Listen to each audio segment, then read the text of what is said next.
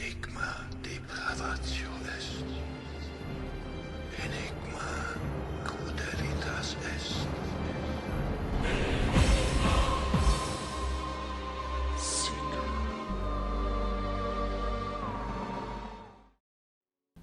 Well, my fellow seekers, I think we finally come to the end of the Atlantean Garden of Eden enigma.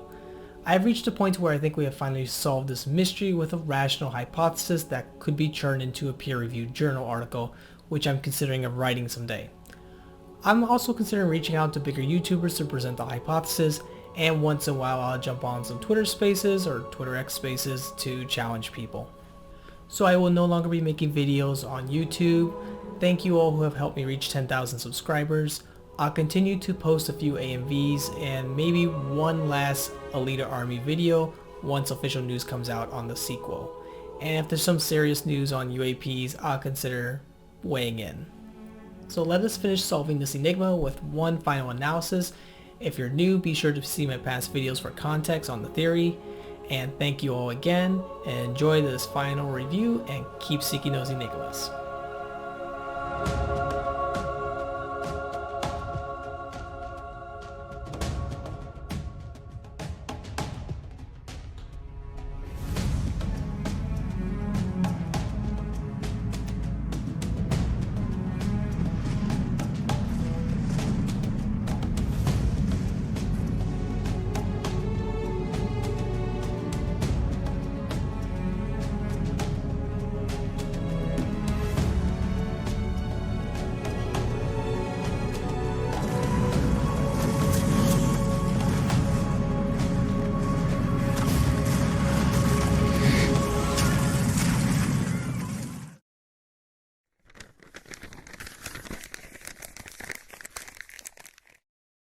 Many of you may be aware of Graham Hancock's show Ancient Apocalypse, but I would counter that by recommending another show on HBO Max called Ancient Armageddon. This documentary is showing for the first time that mainstream archaeologists are starting to agree that there really was a destructive event that happened in Egypt, aligning close to the current theory of the late Bronze Age collapse. This would fit with Egyptologist J. Gwen Griffith's hypothesis of Atlantis in Egypt, and that the exodus out of Eden, aka Egypt, would have happened during this destructive event, as author Ralph Ellis hypothesizes. But the only historical geological destructive event we have around this time is the Santorini eruption, around 1600 BC. But this date is not totally lining up with the current archaeological theory for the late Bronze Age collapse and the biblical chronology. But Dr. David Rowell might have a solution in his book, Exodus, Myth or History.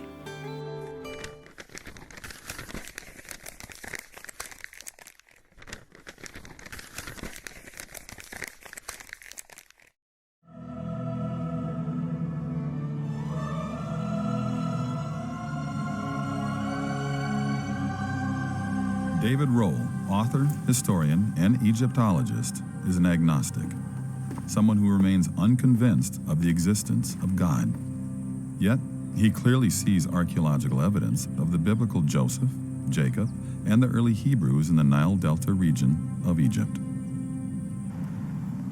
Rowell believes that many Egyptologists have missed evidence for the Exodus because they have been looking for it in the wrong time period.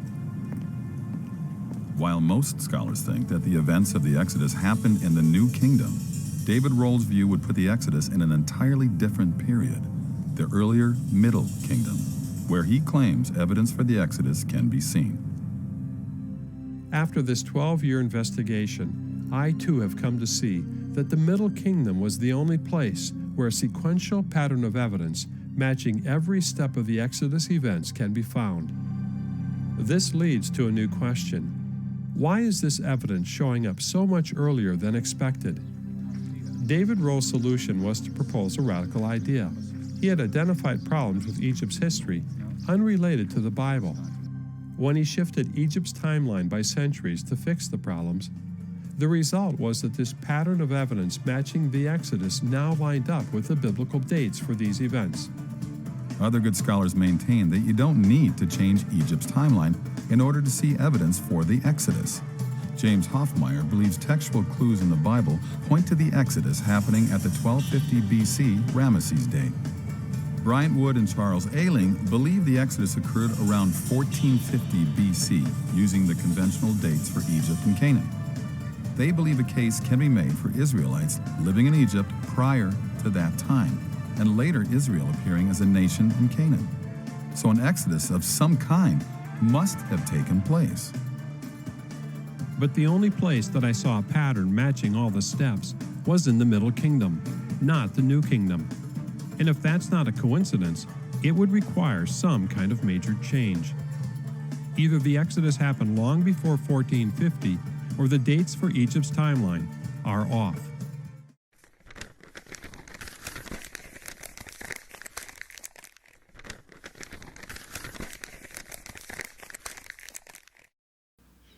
We get so fixated on the idea that there's only one Exodus by the Jews, aka the Hyksos Egyptians, as Ralph Ellis theorizes.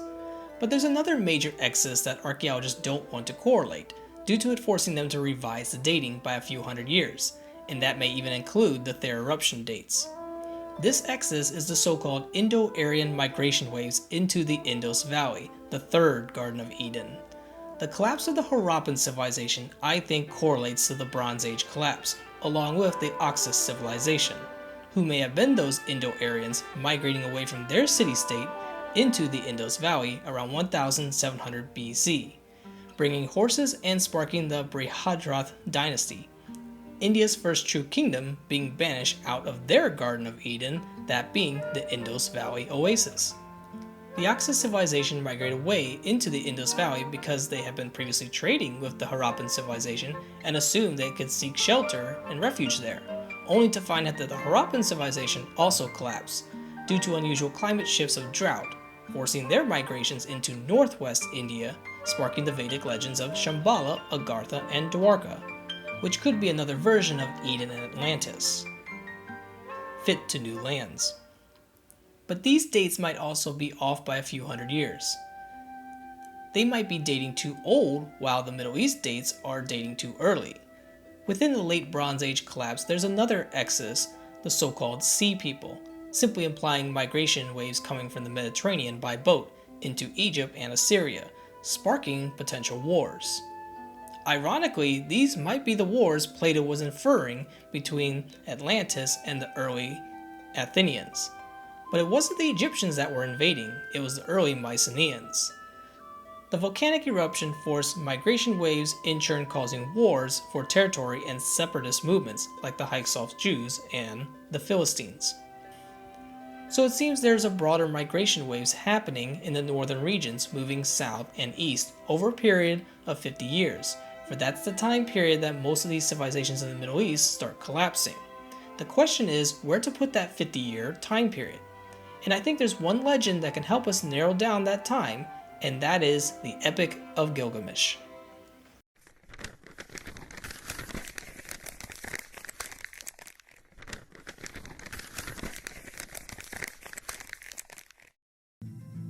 First, we need to point out that we don't have just one Epic of Gilgamesh. Technically, we have several fragmented accounts of Gilgamesh, and they are all different from each other. What is traditionally known as the Epic of Gilgamesh is the late version, found in an Assyrian library at Nineveh, that dates to the 7th century BC. Jeffrey Tighe says of the earlier fragmented versions, those from the 2nd millennium, although textually related to the Nineveh texts, differ from them considerably. The Akkadian forms of the epic, attested in the 2nd millennium texts, disappear by the end of this millennium, to be replaced in the 1st millennium by a version of the epic that is basically standardized wherever it is found and is characterized by a distinctive style.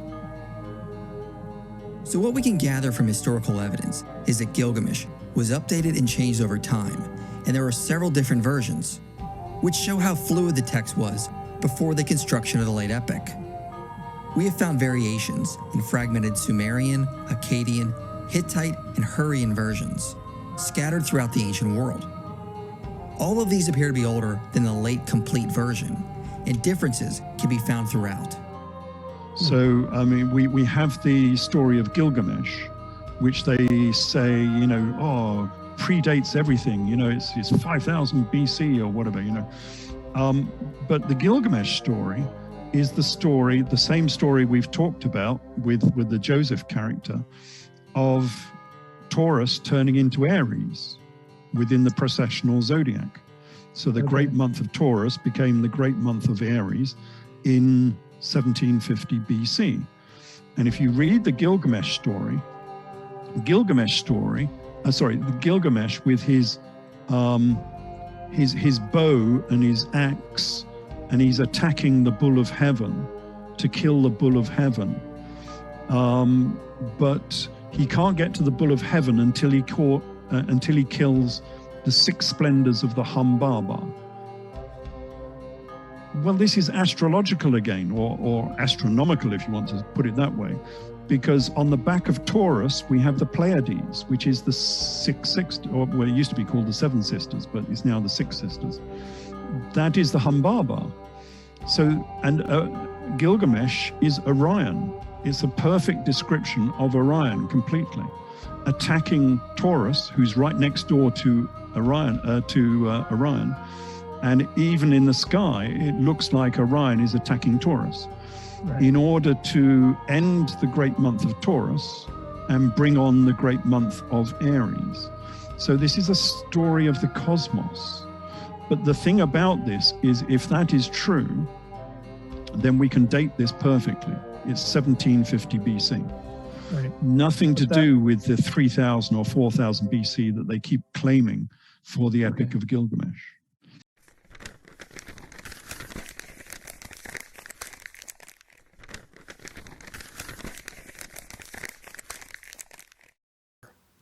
Now, what I'm about to say is controversial for biblical archaeologists. As Ralph Ellis and the YouTuber Inspiring Philosophy has pointed out, the Epic of Gilgamesh is not necessarily the source of the Hebrew version of the flood scene, but simply a shared tradition. As Dr. Michael S. Heiser would point out, the ancient people are not us.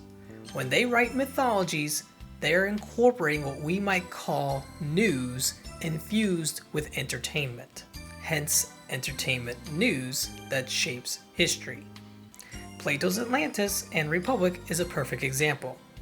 There is a philosophical lesson in the Epic of Gilgamesh, just as in Plato's Atlantis, that is incorporating real-world events into the storytelling and poems. The ancient scribes were writing things to fit their geopolitical situation at the time. That being said, according to the University of Idaho and other sources, the oldest existing version of the poem dates to about 2000 BC, the Sumerian cuneiform, and the more complete version dates to 700 BC in the Akkadian language. The standard first complete version, which now includes the flood myth, is dated to 1300 BC. The oldest Babylonian version of the flood story in Tablet 3 of the Astrahasis dates to 1646 BC. So there's a shared tradition being handed down, but also revised. The flood version was added to the Epic of Gilgamesh. The question is why? This date is near the Santorini eruption.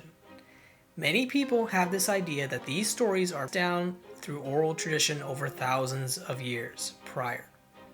But that may not be the case, for scribes are ordered to write down events for the king at the time. They are not concerned about the time periods of Göbekli Tepe. That is pre-Diluvian. If you were a king that went through a natural disaster, you would want to incorporate that into your existing literature as a testimony, but not just entertainment.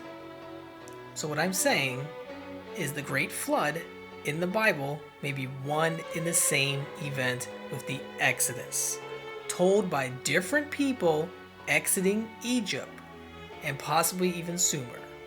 It's only in later times that scribes are trying to put these stories in chronological order without the help of Google, not realizing that these characters in these stories are overlapping in time and place. Atlantis and Dwarka are other versions written in later periods, as these stories are being passed down orally but also written down. But Oral tradition is not something that we can date. History is not written down in the same way we know history is written in a systematic, rigid format today. This is what complicates the story and turns them into a myth, fitting to new geopolitical spaces. So it would be logical that the flood version was added around the time of the actual event, within that person's lifetime of 100 years or less. So the dating of the Astrahasis tablet number 3 might be very close to the actual event. Another piece of evidence could be the Tempest Stela, or the Storm Stela, which was erected by Pharaoh Ahmose I in the early 18th dynasty of Egypt at 1550 BC. Again, the date may have a margin of error. The Tempest Stela and the Atrahasis tablet may be telling of the same event.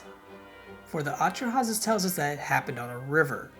Now the question is, which river did the Great Flood happen on, causing an exodus? Understanding the effects of a supermassive volcano might shed some light.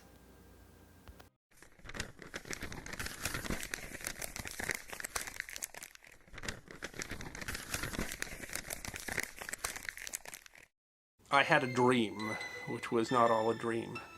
The bright sun was extinguished, and the stars did wander darkling in the eternal space.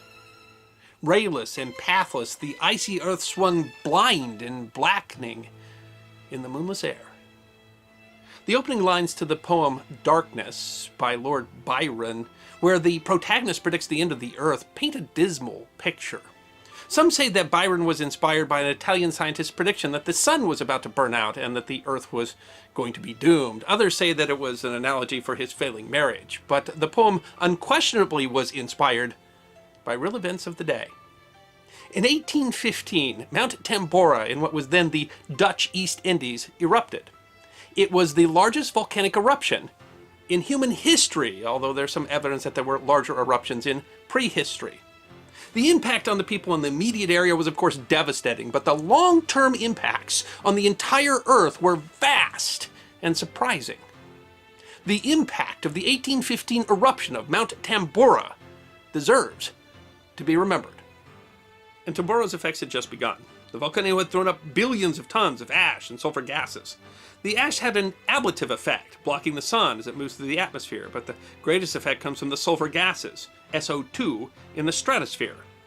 The sulfur then oxidizes to form sulfate aerosols, and the aerosols reflect the solar radiation, cooling the surface, but also warm the stratosphere as they collect solar radiation. The mix changes circulation in the atmosphere, causing extreme climate fluctuations.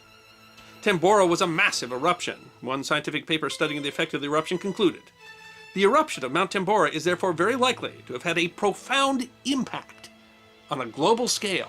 The result, when combined with other atmospheric effects of the time, was something called volcanic winter. But the people in 1816 called it the year without a summer. Global average temperatures were some 1.7 degrees Fahrenheit or 0.7 degrees Celsius colder than normal. It was the coldest year in Europe in 250 years. The cold temperatures and late freezes caused widespread crop failures throughout Europe and North America. Disrupted weather patterns caused flooding in Northern Europe, China, and India. The price of food crops skyrocketed in what historian John D. Post called the last great subsistence crisis in the Western world. Still reeling from the devastation of the Napoleonic Wars, food riots occurred all over Europe. In the United States, New England faced hard freezes throughout the summer. Transportation networks were disrupted as lakes and rivers usually used for commerce froze over. The price of oats in the U.S. increased nearly sevenfold. The food shortages and unusual wetness contributed to the spread of disease, cholera in India, typhus in Ireland. One BBC documentary estimated that death rates were essentially doubled in Europe in 1816, a number that would mean some 200,000 extra deaths. The disruptions caused large-scale migration. In the U.S., many agricultural families moved west, contributing to westward expansion and growing populations that would lead to the creation of the states of Indiana and Illinois. The westward expansion raised tensions, both with Native American populations and in the regional tensions that would eventually erupt into the U.S. Civil War. Migrations from New England to western and central New York turned the area into a central location of abolitionist sentiment. One estimate had Vermont losing population between 10 and 15,000, dramatically reducing population growth in the state. Vermonter Joseph Smith was one of those who migrated to New York due to the effects of the year without a summer. It was in New York that he claimed to discover the tablets that were translated into what would become the Book of Mormon, leading to the foundation of the Church of Jesus Christ of Latter-day Saints, a religion that today has nearly 15 million adherents and has played various significant roles in U.S. history. The tephra in the atmosphere gave the sky a yellow tinge and at times so obstructed the view of the sun that sunspots could be seen with the naked eye. This was seen by some as a sign that the world was about to end, causing panic. But the same effect resulted in brilliant sunsets captured in the works of British artist J.M.W. Turner. Some of the unexpected effects were startling. The rise of the price of oats in Germany made horse ownership, the primary mode of personal transportation, much more expensive. A 2005 edition of New Scientist magazine suggested that the cost of oats prompted German inventor Karl Dreis to invent the Loss machine, a human-powered alternative to the horse. The machine, commonly called the dandy horse, patented in 1817, was the precursor to the bicycle. Near Geneva, Switzerland, a group of poets and writers renting a villa were essentially forced to live indoors in that dismal summer. In their confinement, one of the poets suggested a ghost contest to see who could commemorate the dreary existence by writing the scariest story. The person making that suggestion was George Gordon Byron, better known as Lord Byron, and one of his products was the poem Darkness. His unfinished work called A Fragment was one of the first in English to feature a vampire theme, and is credited by some as the genesis of vampire horror literature. Another member of the group created the idea for her great novel, set in the dismal weather of the year without a summer. Published anonymously in 1818, the work Frankenstein, the Modern Prometheus by Mary Shelley is considered one of the most influential novels of all time. The eruption of Mount Tambora was not the only factor in the unique climate of the year 1816. There were other volcanic eruptions that also might have affected it, and it was a time of a solar nadir. But more recent research suggests that the eruption of Tambora was the primary, most important factor causing that weather in 1816. And we've observed in much smaller form the same impacts coming from volcanic eruptions that have occurred since, supporting that idea that it was the eruption of Tambora that was the primary reason that 1816 was the year without a summer. And that eruption in 1815 represents the integral connection between human history and natural events.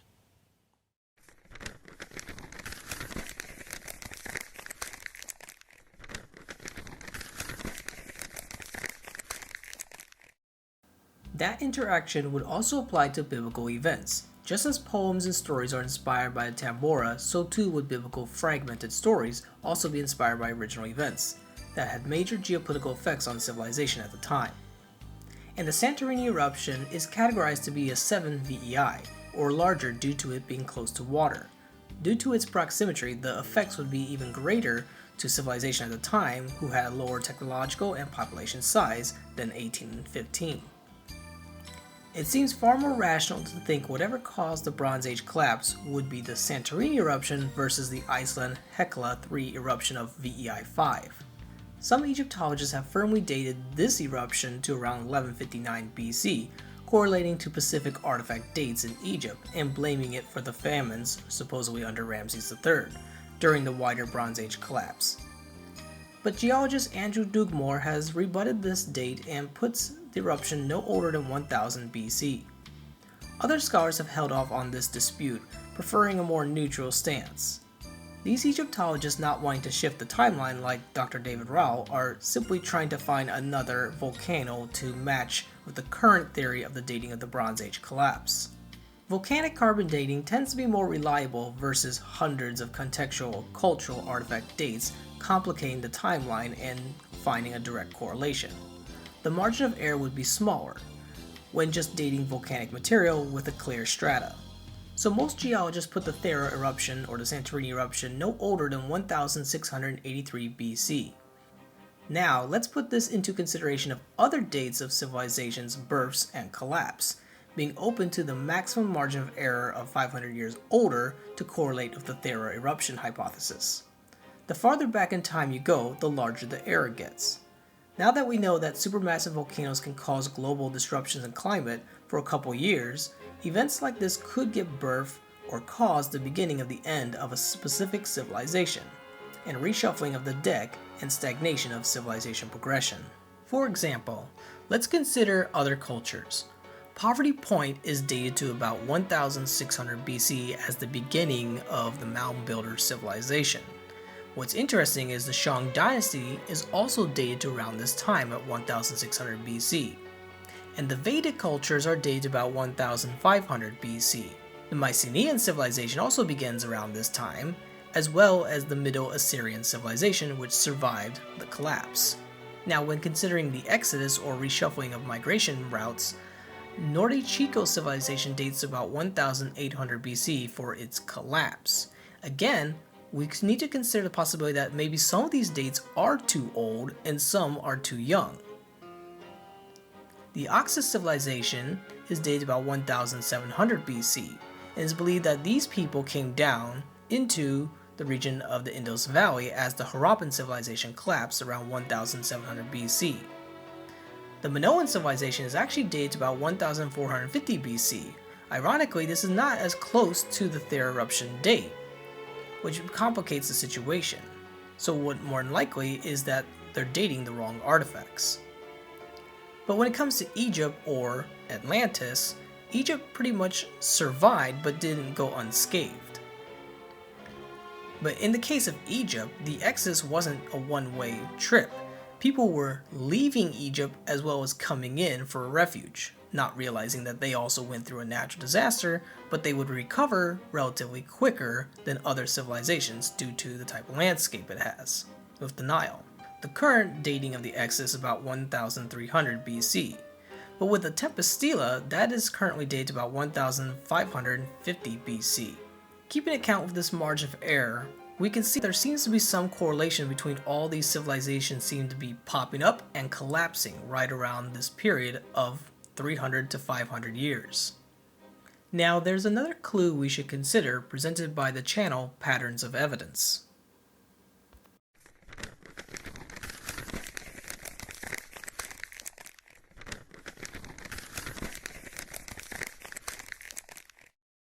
Is there any indication of famines in Egypt? That's what I'm interested in. Of course there is, in many different periods. But there's one key period when we get this massive famine, which lasts about 7 to 10 years. And it's the time of the end of the 12th dynasty, in the reign of Amenemhat III. He's the pharaoh of this big famine. And it's caused by water, believe it or not, excess water. When the Nile floods every year, it brings down water from Ethiopia, extra water. But at this particular period, it's 4 times the amount of water. What that does is it means that your cattle are drowning, your fields are flooded, houses are swept away, and there's no time to actually plant the crops because the water's still lying on the fields for months on end. So you end up in a situation where you can't plant your crops, and therefore you can't harvest the crops 3 months later, and that results in famine. According to the biblical text, though, they said this famine had spread all the way to the land of the Bible, to where Jacob was, and where Joseph's family was. That's why Jacob sent his sons to Egypt to get grain. But famine in one area may be caused by something different to another area. In Egypt, it might have been excess water. In the north, in the area we call the Holy Land, it might have been too much sun, too much dryness, desiccation. So in one area, you may be getting a cause of famine, which is excess water flooding the fields, preventing harvests. And in the other area, it may be the fact there's no food because the sun has killed all the plants. According to the text, though, it states that Joseph made preparations. Yeah. Do you find anything similar to that in Egypt? You do, because of course there's 7 years of plenty which come before the 7 years of famine. And what we see in Egypt by way of preparation is the building of grain stores. We have this new administration that sets up called the Department of the People's Giving, where the people grow their crops and bring them to government storehouses where they're kept, and then apparently, when in times of crisis, the food is then redistributed back to the people. This Department of the People's Giving is exactly like the Joseph story. I understand there's an interesting canal that actually has a similar association. That's right. There's a canal or a cutting, a waterway that connects the Nile to the Fayum Basin. This is a large lake area, which has the name Bahr Yosef, which means the waterway of Joseph. And this goes back thousands of years as far as we can tell. Fascinating. So there's actually a canal that has the very name of Joseph. Why do you think that canal has that name?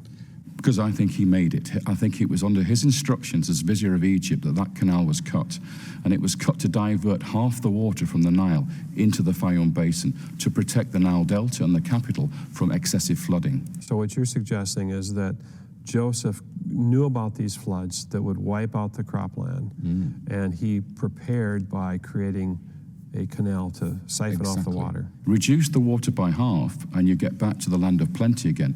If all the water comes down, then you have this disaster. But if you reduce it by half by diverting half the water, you then get back to the situation where the water levels are just right for growing crops. Is that canal still, I mean, can you see it today? It's still in use today. Oh, really? Yeah, absolutely.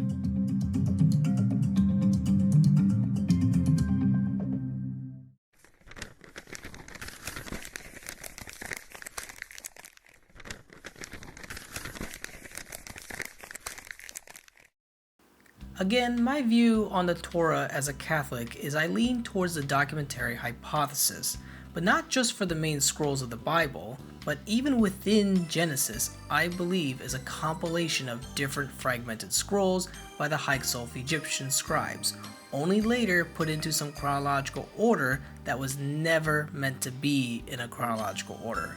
But the early Hebrews, 1,000 years later, did not know how all these characters were related.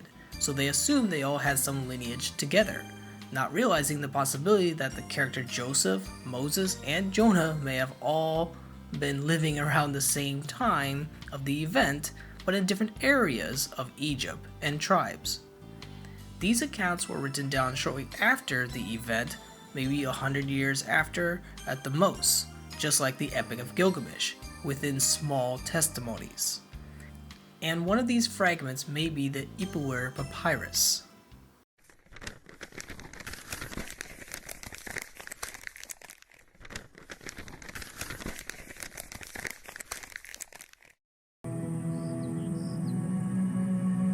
Raven's position, again, is that of most Egyptologists today. But there are some scholars who suggest that descriptions found in this Egyptian document bear a remarkable resemblance to the plagues of the Bible, only from an Egyptian point of view. Written by a scribe named Ipuwer, the papyrus known as the Admonitions of an Egyptian Sage poetically describes a series of calamities and the chaos that followed. Ipuwer. We don't know who he was, but he was obviously somebody in a position to address His Majesty, the King. There's only one copy of this specific text, and that is here in the Leiden Museum. It's a very, very vivid report, or would-be report, of what happens to Egypt when the central power falls away. Many believe a cut of Egypt's power is exactly what would have happened due to the plagues of Exodus. And as I compared the book of Exodus to the writings of Ipuwer, I too was intrigued by the similarities. To convince Pharaoh, God says, take some water from the Nile and pour it on the ground. And as it hits the ground, it will turn into blood. Behold, Egypt is fallen to the pouring of water, and he who poured water on the ground seizes the mighty in misery. And all the water in the Nile turned into blood, and the fish of the Nile died, and the Nile reeked, so that the Egyptians could not drink water from the Nile. The river is blood. If you drink of it, you lose your humanity and thirst for water. All the livestock of the Egyptians died. Fire ran down from heaven, and the Lord sent hail upon the land. Even the flax and the barley were smitten. Gone is the barley of abundance. Food supplies are running short. The nobles hunger and suffer. Those who had shelter are in the dark of the storm. I see no connection between the papyrus of Ipuwer and the story of the plagues of Egypt. It is in a way, but in a very indirect way, an eyewitness report of a historical period. It pretends to be such a report, but in fact it isn't. At midnight, the Lord struck down all the firstborn in the land of Egypt, from the firstborn of Pharaoh sitting on his throne to the firstborn of the captive in the dungeon. Behold, plague sweeps the land. Blood is everywhere, with no shortage of the dead. He who buries his brother in the ground is everywhere. Woe is me for the grief of this time. And there was great wailing throughout the land of Egypt, for there was not a house without its dead. Wailing is throughout the land, mingled with lamentations. All the time we have to convince ourselves that this person can't have seen all this. He imagined it, or he had received his inspiration from other similar propagandistic literature. Because it's so fantastic. Yes, it's very fantastic, but he hasn't seen it. He just imagined it. Don't confuse this with the message of the Bible, the 10 plagues. That's a quite different story. Whether this happened or not is irrelevant. It's a beautiful literary document. And again, yes, God was angry and punished the Egyptians, but this is just a literary cliché.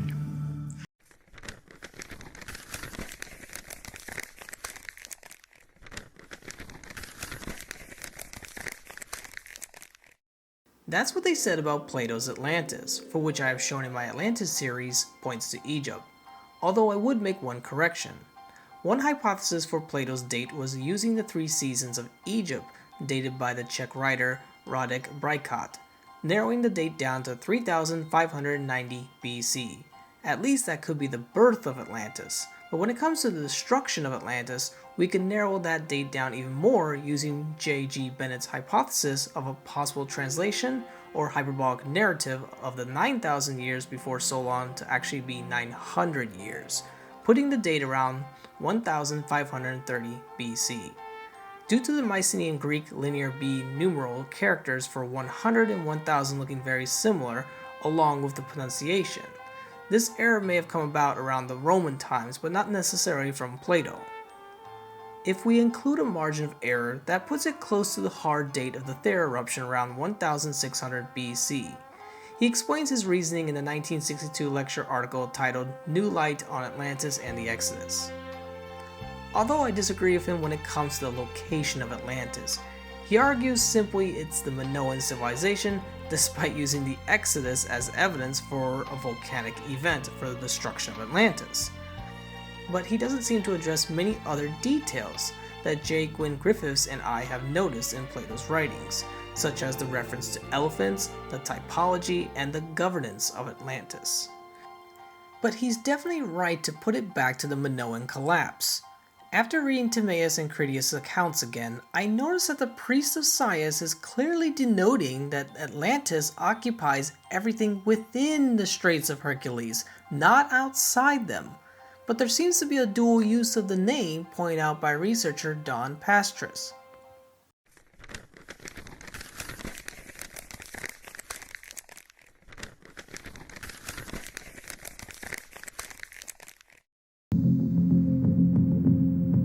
Don Pastris is a 48-year-old modern-day Atlantis hunter.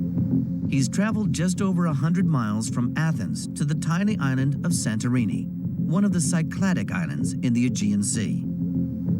It is here that he believes lie the remains of Atlantis.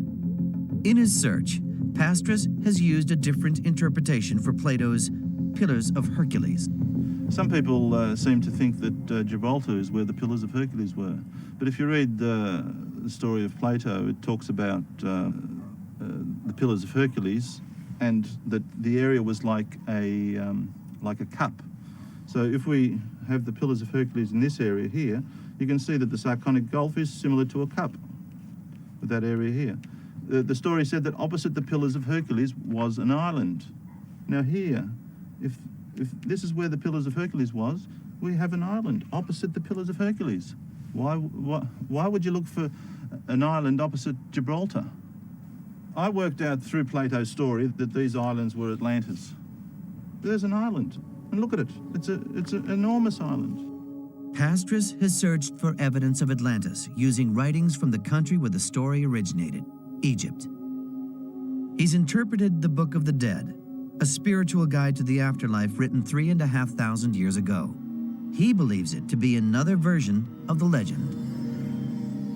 Plato's Atlantis talks about a plain that was completely surrounded by canals. As you can see here, this plain is completely surrounded by canals. It's on a 2-to-3 ratio. In the story of Atlantis, the plain was 2,000 by 3,000 stades, which was a mistake. It should have been 200 by 300, but then again we come to the 2-to-3 ratio. Completely surrounded by canals, like the plain of Atlantis.